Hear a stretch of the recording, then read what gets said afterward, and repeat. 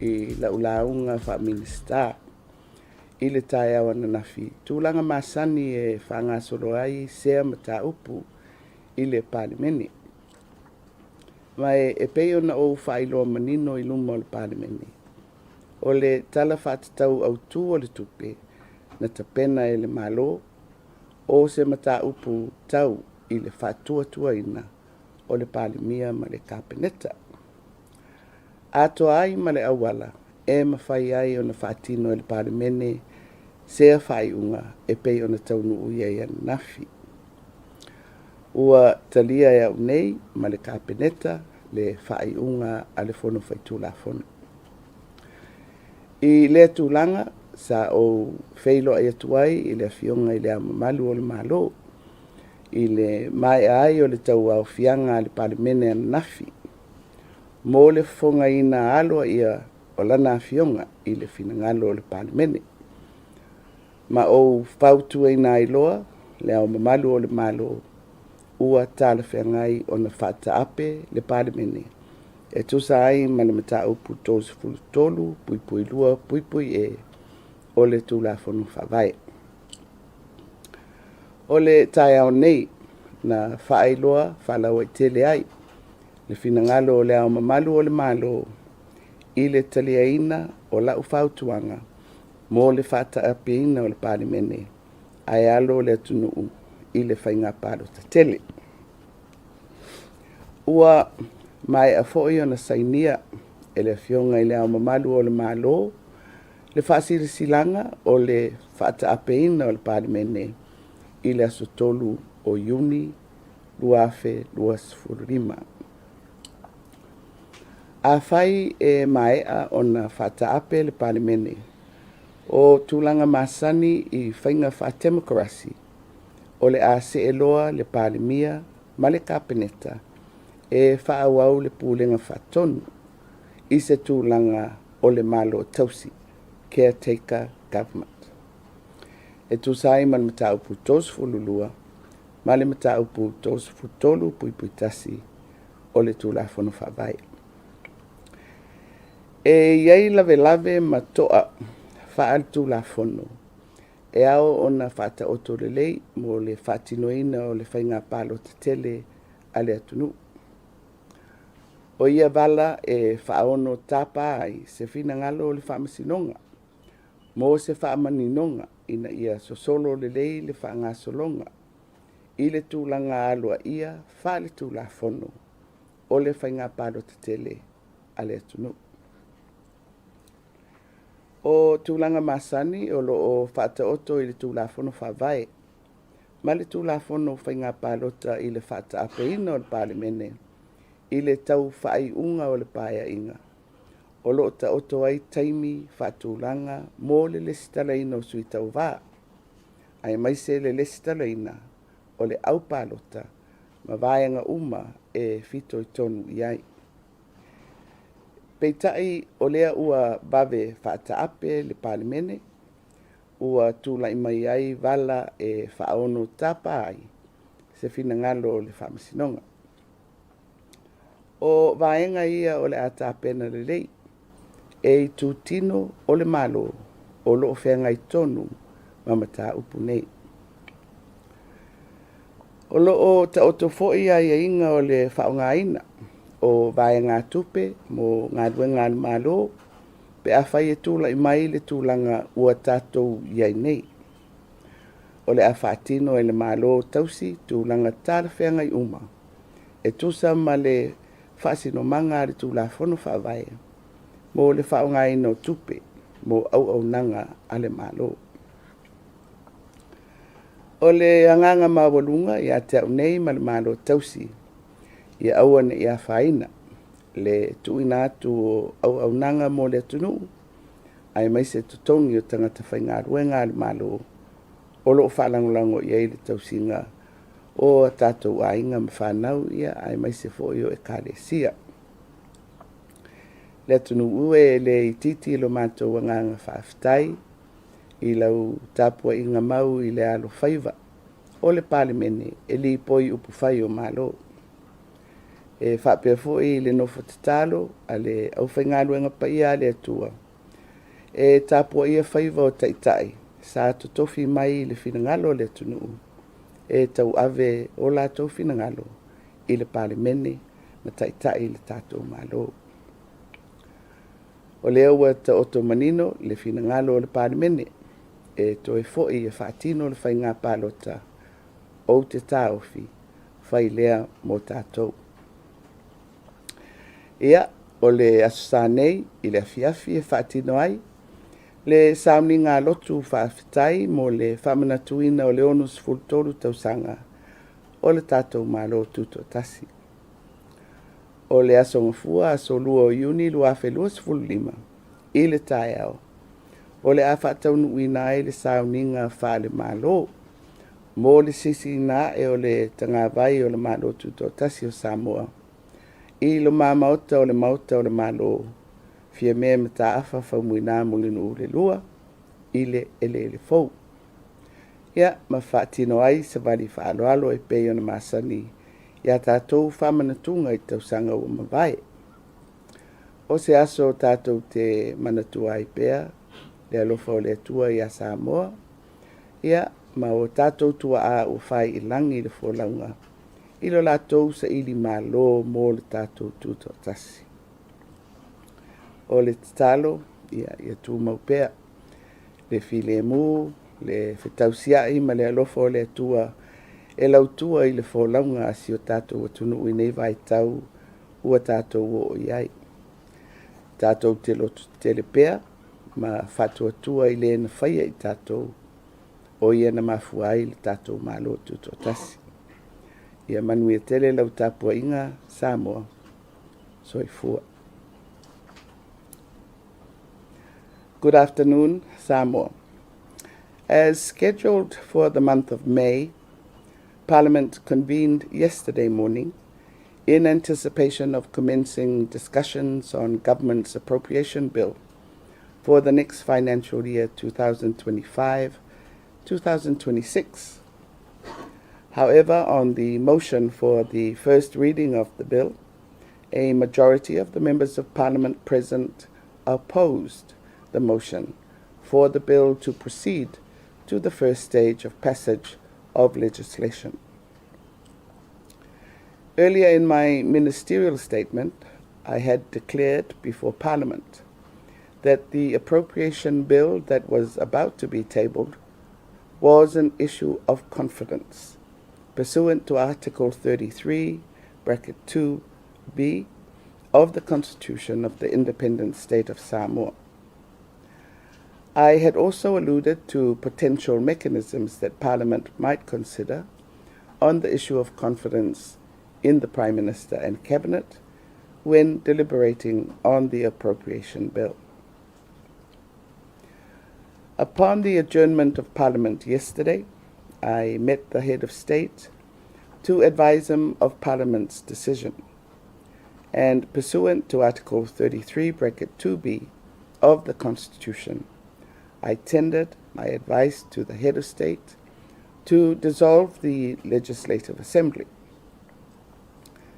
This morning, the head of state issued a statement to confirm his acceptance of my advice to dissolve Parliament and for the country to hold general elections. The head of state signed the notice of dissolution of the Legislative Assembly this afternoon to be effective on the 3rd of June 2025. Cabinet will continue the administration of the executive arm as the caretaker government until the first session of the Legislative Assembly following dissolution. Excuse me.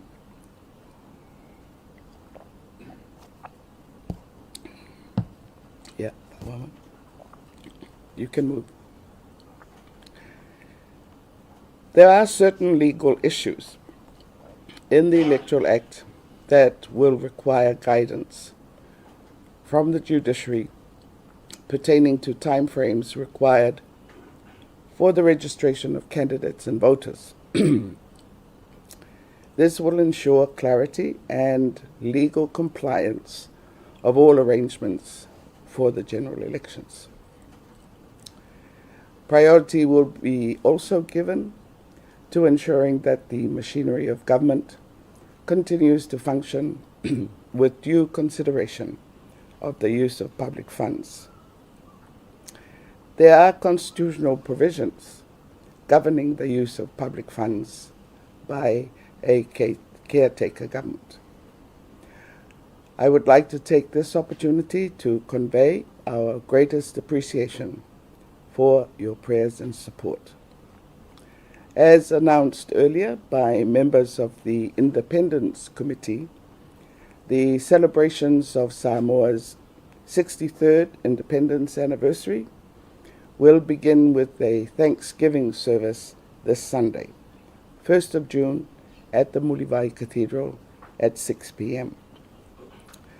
On Monday, 2nd of June, the flag-raising ceremony, followed by the march past in front of the government building, Fiamem Ta'afafauina Mulinu Lelua, at Eleelefou. It is a time for us to celebrate God's divine guidance and grace upon our country and people. God bless you. Soifua.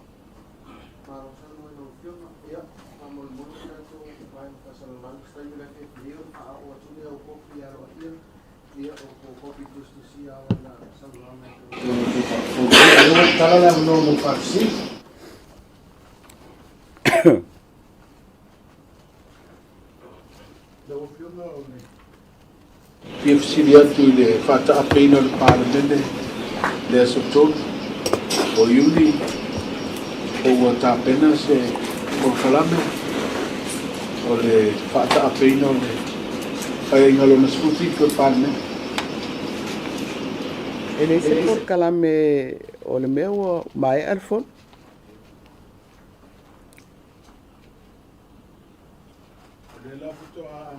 Effectively, Fata Pain or follow the store or Uni or Saudi Arabia.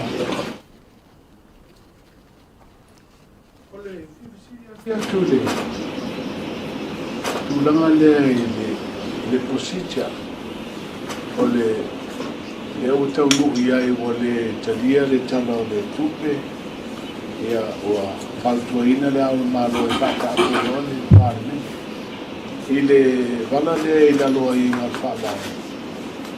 E o kumeki a le pale mia mala na kapenete le iei o na tau ave le malo tausi pe iei se a iei ngā whaavai. E wha se e mai iei nisi tangata i tutonu e o le sauwha inga le sa iei el paya inga. E tau ave ia le ulenga o le malo tausi se iau i le si palota ma le si malo fo. Ia, o le tūlanga ia e tautala i le mele tupu nei. O le whainga mālo ale iai, o le whainga mālo le na ave le sātau ave mai le mālo. Ia, ma le whaua wina i le taimi fo i lea e whaatari ai le whai ungo le whainga pālota telefou. Whana whasiri atu na o le maua. O le maua sa iei se tau whainga sa whape mai o le official kong whitarai le au le mālo. Sa whautua ina i e. E tofi loa le vaenga to tene leo le whatutua i le fusa mo utasi. E o mai e tau ape le malo tausi. O le sa pisiri atua ina ufio. Ia, e sa. Ai o atu o le whaupunga o le tusi len ave. E whapea o se li poti. A le whailau tusi o le fono whaitula fono. E longo atu ai le au malo i le tūlanga o lo o nofo ai le palimene ma whainu mera foi. O le lape o le vaenga sa whauai le ali poti. O e whasino lea i le aia inga, i le taimi ua pale mai ai se paia inga fou. E pale mai loa le paia inga fou, whatulanga i le mauta ma foi lea, mai loa ai loa ina. Po o whea le vaenga lea e o lo iai le numela tele i tutonu o le palimene. O na whailoa lea o le li poti lea, ale failautusi o le fono e momoli lea o le malo e longo iai o le vaenga lea ma le latou taitai o lea la atulai mai e faima palemia o le aiaiga la lenā lea na fai ai le lipoti lea e na ave lea o le malo ae lē o le tulaga la lenā lē tupu e le o se paeaiga fou o le tulaga ua faamuta le faagasologo o galuega a le malo ona ua paʻū le tala o le tupe ma o le aiaiga la foi lea o loo ia i le faavae a paʻū lo le faiga malo ua i le palemia le a ia e fautuaina ai lea o le malo ia o le fautuaga la ia faataape le palemene toe foʻi le atunuu e toe fili mai ia sui o le palemene ia o le tulaga avatu le fautuaga ua talia ai lea o le malo le ua mai ana faasilasilaga e lua muamua e faasilasilaga mai ua talia le fautuaga lua lea ua saini le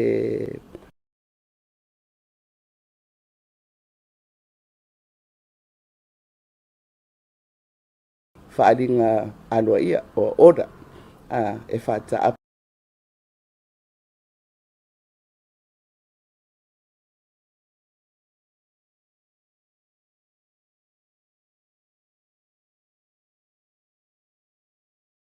le aso tolu o iuni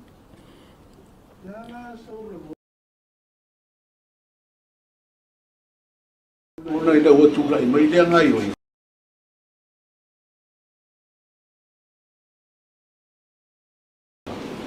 ia polino mai o sisiga i oiga o le ituatua o lea ua i ai le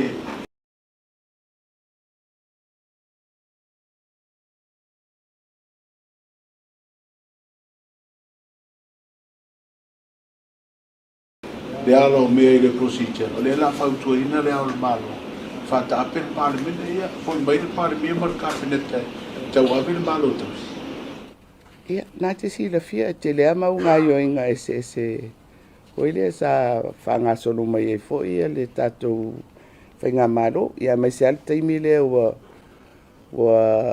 tupu le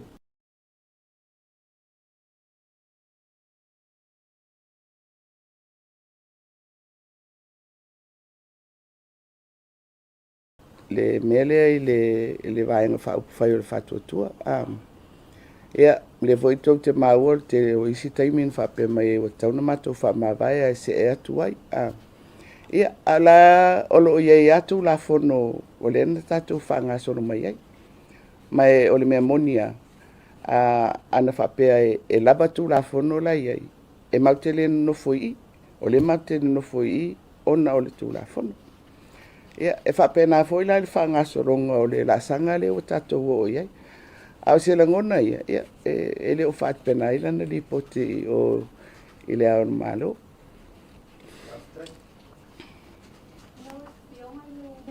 la so oi sila le tulaga le pe talafeaga ai foʻi le feagai ai o le taumafai atu lea le failautusi le ofisa le fonui o i le ao le malo o talafeaga ai le tulaga ia ai ase manatu o le failautusi ia o sonatiu te lea ia a lea la ua le ua iai le tonu i le va o le lipoti na faao atu i le ao le malo mo le tulaga ia o le faamaumauina o mea ua o le mea ua tupu ia ua vatu le tusi ia e le taufoʻina gugu e tatauana tapena aloa ia mai se tali e faamalamala mai ia ai mai se foʻi o lae foʻi agaioi le ao le malo ia i luga foʻi o le tulafono le ua o ai foʻi le ua tapena me faiga tanuta toe tele foʻi nisi o faaululuga foʻi ao ofisa le malo o le faapena foʻi faailoa le latou fia auai foʻi o le faiga falota oi ai ni se faaiʻuga le kapeneta ua pe o lea loo manino mai le taimi e agaʻi ai le atunuu e fai le palota taimi e tau ona faamavae mai ai le malo o le tulaga ia o laua ia i le tulafono taimi ia ona o le tulaga masani a e tolu masina le electoral period ia au ina nei taimi ona whawhosei ia o le tau tāpena lola o le fuafuanga ia lena iai o le tātou pālota whai a aperila o le tau sangfou pea ia e peila o le mela ua tūlai mai ua pe ua tau whate ia ai le vainga ale malo ia maisi foi whalapitonga ale malo i le vai atu whape ua momoli ai mai i whemwhea ia e mo ia la foi le ele o se lesi tala ai o le ua whailo le wha moe moe o le tangata whaingaruenga e alu i upwhai ia o te manatu la atonu o se mai o le mea foi pe o le mea ona o le ia le teunga na whaile tūra whono whainga pālota whapea e te tauna le stala ia sui pālota sui tau wā i le ono masina mai luma o le aso e whaile whainga pālota o le si la ai inga lana e whelau tō ai ma le tolu masina lea e whapea o le piriota masani e tāpena i se whainga pālota ia o le la tau te whaafonga mai whapea i nai mta upu whaltu la whono o le ona o le ua le to i se pale mene e suia tu la whono e whatontonu ai ni mea ia e tupu mai ele toa masalo o fesili la ia la ave i le whaamisinonga mai e ni whatonunga whaltu la whono e whaafoe ai e le tātou whainga parota o le sia toa lea e nei le foi sa o tala noa i le blaunga nafi o le ai whanga solo to i le stana ina uma o tātou tangata parota o le li poti mulimuli la le mau mai o tātou ausia le 5.2% i le tūlanga au au ai e nisi o i tū maro ele io o le 12%. Pe lai mai tauina o i tū malo te tele ia tū tāulanga o le vai maunga mar whaleata. Ia o isi tū malo ia le o lo vai pesi na pa o le pasene o alatu le stala. Ia o nai mea umalana foi le foi walan tū lai mai ona o le whafuasei o le whainga pārota ma mo mi ai la se fesosoani mai le whaamisinonga e whatontonu. Ona o le ua le ai le parmene foi le sa ono mawhai. O alai o la sa tatia ai ia teunga o le tūlafono whainga pārota. E fo ia si mataupu ia o le mawala le avanolna. Ia na pawala le wala o le liulo le tūlafono. E amai e ni whatonunga whaatūlafono. E whaafoe ai le ofisa o whainga pārota. O le tele ala o tāpenanga o le whainga pārota e ngafa ma le komisi o whainga pārota. Mai a ieini mata upu e ave le whaamisinonga. O lātou wā, o le a avea mata upu o lātou e tāpena ina ia le tātou whainga pārota.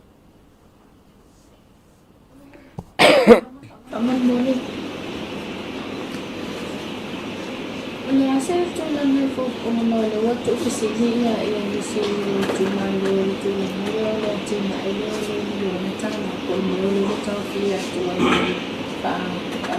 tu vai no atina Ia ole poloketi ole miliona tala ole pamoe ai o malo e whaawau ia le poloketi lea. Ma i le tala fo i o le tupe lea ua te ena. E ele si itanga sa fuafua i le tala o le tupe lea o le 2.5 si i mai le miliona tala i le tasi tesi ma le 4 miliona. Ia o le mela lea la tupu. Ona e na o le 2.5% o le talo le tupe lea e whaangasoro nei. Tusa o le fua lea. O le tupe o le a whaanganga e whaangaio i le maru. Fo i le talo le tupe fau. Ona o le la le e se pale mene pasia. O le 2.5% lo se tupe tele.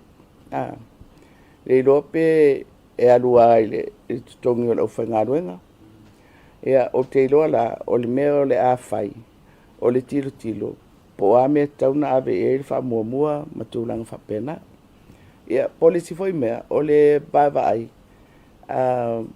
foi le wai tau ana whanga i oen maro, po a la isi ala whaatu la fono. E mawhai ai ona whaupopo, ia se tupe, e whaua ngā malo a o loo ta pena whainga palota am tulang whapena.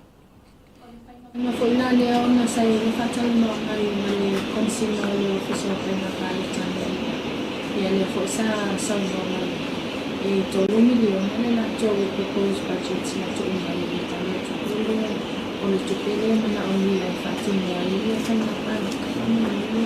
Io, awa le ia ale fua ia na e fua mo le whainga palota tele a fua lai kuata a whapeo le 5% o le kuata mua ia masalo po le kuata lona lua pe sa wha moe amatana whaanga solo ai le tupele mo tapenanga ale ofisa o whainga palota ia o le sifoi la mel na i le mataupu foi le po fea ave e le wha mua po fea foi le tūlanga foi le inisi awala e whaupopo mai ai.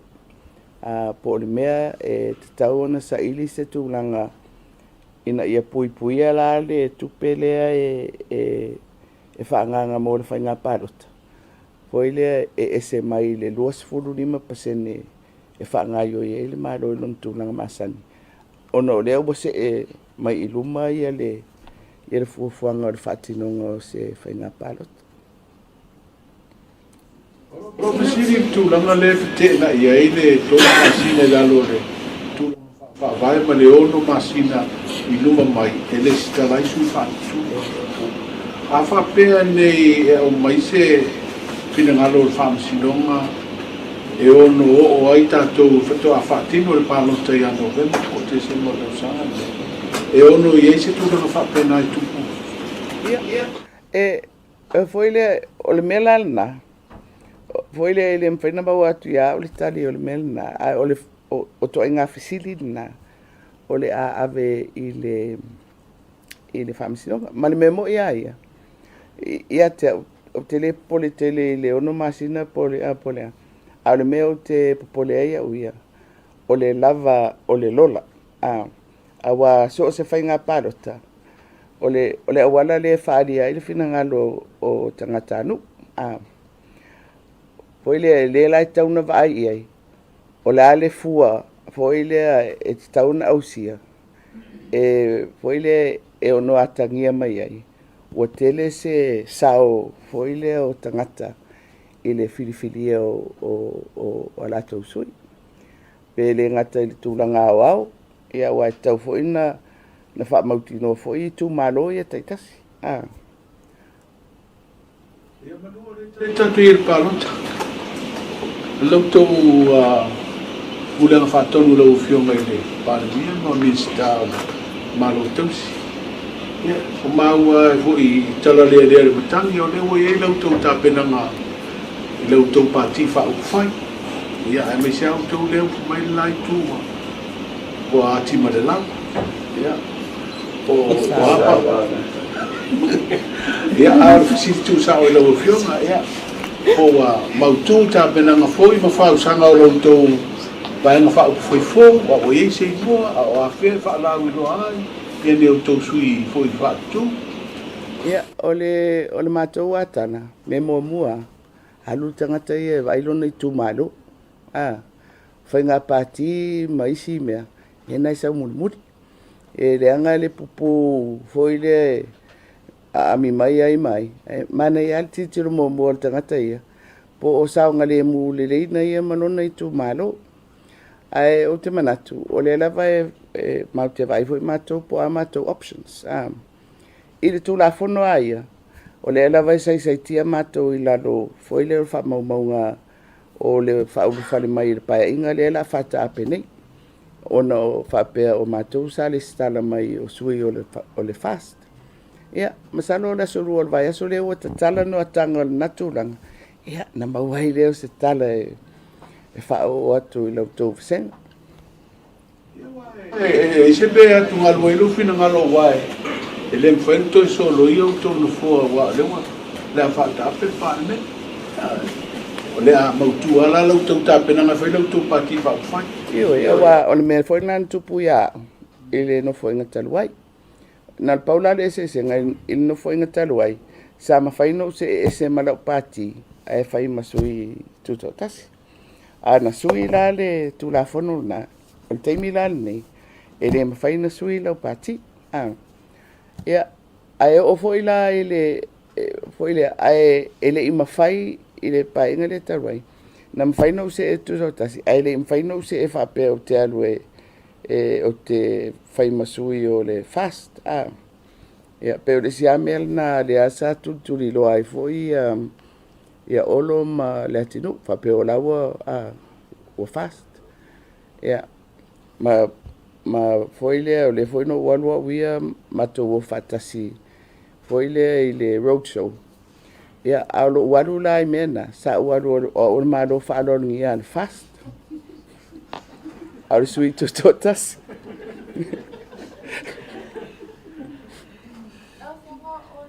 Langa le te tōni sui taipere, pole mea o le wata ofi a matamai ana whipe whatoa effective le soto.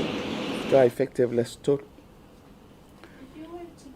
Right, this whole parliamentary term in one word, what would it be like if you're Toi so wa. Ai o te manatu. E le tau fwoi na whate ai tātou. Ai mai se o se suinga tele. A fua fast food tau sanga. Tasi le whai ngā malo. O lona winga. E le I whai ngō fie. Le ala whai o le suinga mai le HRPP le fast. Ia ai whai fwoi sia mātou lau moli le fast. Ia o atu ai fwoi I le si fwoi la sanga e le I o mo fwoi ai. Ai na whai ala utala. O le mele o le malepe o vaenga. Ma whisui ai. Le ina tupu foi le valu lima. Le no ese ai ia va ai malana vaenga mai le HRPP. Le na o fai le malo so fatasi matupua. So ngai le break I le HRPP. O le ese nga la o le mel na tupu. Awa na tupu le valu lua. O le mena tupu malo mai le HRPP tai va ai le HRPP pa uva ai le whainga parota se ani loa ia tofi lau pari o tai ai tofi mai e leo malo tupua feitai loa ia whaipule ona pea o le melen tupua nafi o le pare menea o la tau e ona le whaiunga po ai tai Ia, nal pawala wala na whaatino, ili whina ngalo o le parmeni. O le whai mai o le tala o le tupea tupua. Ai whai lo le melen tupua nafi, whai taunga mua. Nal paula le se senga o le melena. Ele I whautua ina le whata ape, awa tausanga mua le nofo inga. Ma le si mea, o la esi la fia le e tupua. Ele I ate ia I le whai numera. Foile? Ia na whai e lola ia le mea o le foile o le malienga. E fisu ia I loa le whainga malo ma whaatino le mele wa i whina ngalo o le parimene o le to tele ia le HRPP. Ia, ai o le valu lima. Ua whaatau nu ua ia le split lea na amata mai ia I le valu lua. I le mea ua toi fo I mai va ai. O le ua ia, a le ua taitai ia I fo ia sto ina to filau. Ia, alua I loa le vala lana. Ai, o mea uma foi lana, le valu lima. Na se e loa ia vai manan vaenga, whaile lato whainga malo matupua. Ia o to tele nu mela I tutonu o le parmen. Ia ai le whaila se whainga parota. Na to e fesu ia. Mai tupu foi lana mela na. Pe o le tausanga muli o le paei. Nei whaatapena le palemene whaatapena I fo e no whianga mai ka pena tala whatau tupi ua olua lima ua olua. Sa e si manatu fo I leo Bisa expect for you o mana ko pinita me o le fai ko le le au e. Yes. Because o le mataupu area, o le talo le tupe. Apa ulo le talo le tupe. That is a confidence issue. Na matou I loa ala. Ka fianga fo I le tunu ai mase o le amataina le situação fa tupe o le o tape pa me mo le spenga pa le. Pa matau lama se le ni le tani le e vana le tunu I me to sanga to se mai ale le penga pa le to. Mama le se penga ma le fo. Well, o le ai whanga soro talo tupe o le tausanga ni fitoa uma I le whai ungo yuni. Le ala e lava tupe ia o le whanga nga iei. O le whaafisili. Ona na o le 2.5% le e whanga nga. E le whapea na o pauna tupe an maro. Na o pauna tupe whaatu la fono e mwhain whaunga. There's money. But that's the point. For ile o le mea whaatu la fono ina. So, I le tūranga lea foi lea o le pau o le malo whai whainga parot. Le la le provisional 25%. Ai a toso atu la sili atu le tolu masina. Na ye lo le o le whawhita uli I le tupe le whanganga. O lona winga. To e sa ili polari si au wala whaltu la fono. E mwhai na whao au le whanga I o ingo le malo. Ngani sila ina patsatani po ila tumi ngale onu pifa tu tenda nu pifa. Pamatasa nu pifa. Pamatasa afie tono fatano ina talo tupi. La nu pifa.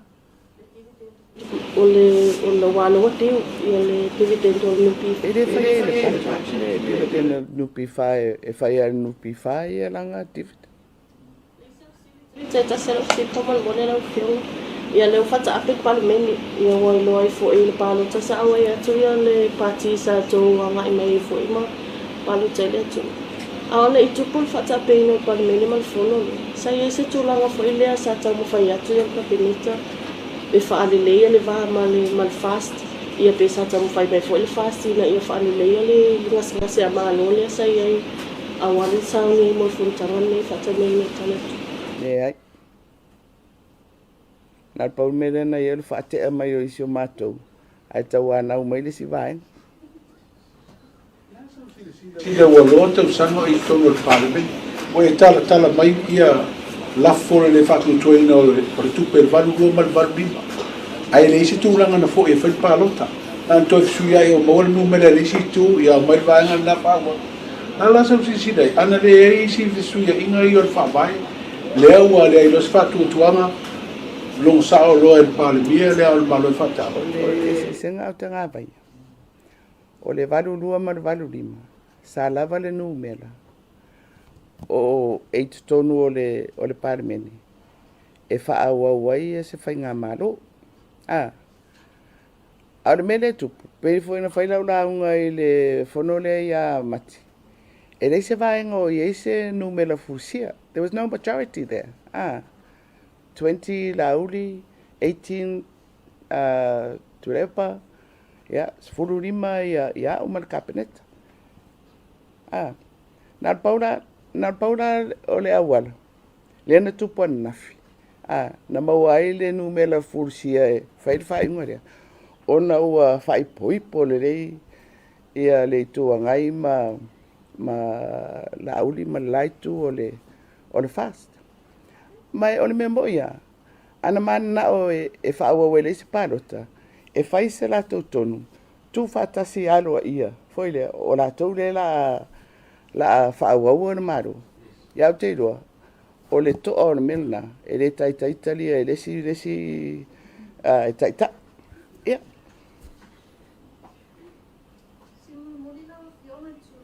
Le caretaker government. Whake nā po ia le tofinga le fonga whetalai. Does he continue on as a caretaker speaker? Wawe fonga tēhima.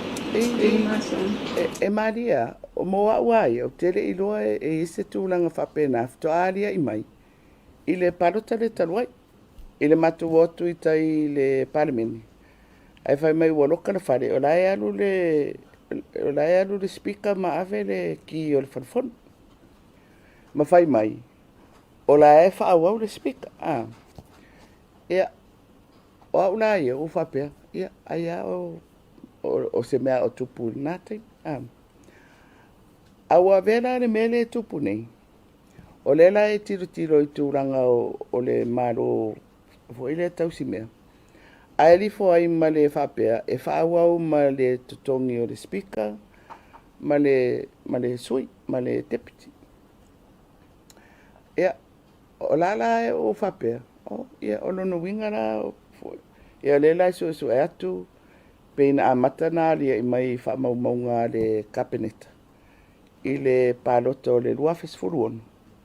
Ia, ma le mela le na tupu i le pālota o le luas futasi.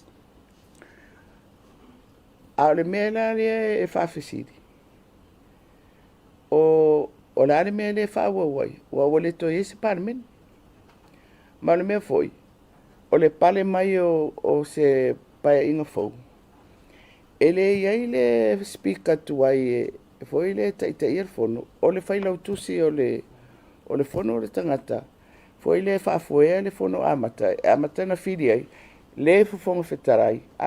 Ia, maisi tofi, whai eiloa, ia tofi. O le mea na o le tau pasora i titi ai, le mawhauwhau.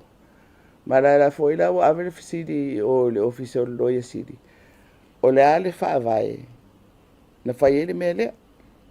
Ia, o le la pe ari mai whaamaumaunga i le kapeneta ia. E peina o le lua parota talua ia. Le la tau mawhauwhau po ele na nga speaker i nate. Ia pon me voe o le alolofa e le speaker i ngaka i mi e whaawau i nei. Ia inga whaatura po. Ia, e le ordinance le na foile o le la e watu le fesili i le loia sili. Se mai asi na whamatananga po le ale whaavai. Ia, o tala whaataitai. Ia, o le e whaawau mātou o le malo tausi mea. O le executive foile a government. Ia, ale e mātou ngā luenga whai. O lono winga, o le patuai titi e fua ar mele e tupui i. So, te leilora po le hale whaavai, na whai ai. Awa ana whaapea foile o se mea na whata o tole lei. Sa le taula na toe foile tai fono le whailau tusi. No fo pel tangata le se I whauru whare mai le pae inga fo. Ai tatia ia la le toe whauru whare mai le pae inga fo. A po la na ngānu wenga le whai le vale. Wai le whapea toe tau au fia se parliament. Wala ni mau family ang mali. Pong tarai Foi sua mai whapena. Il taimine.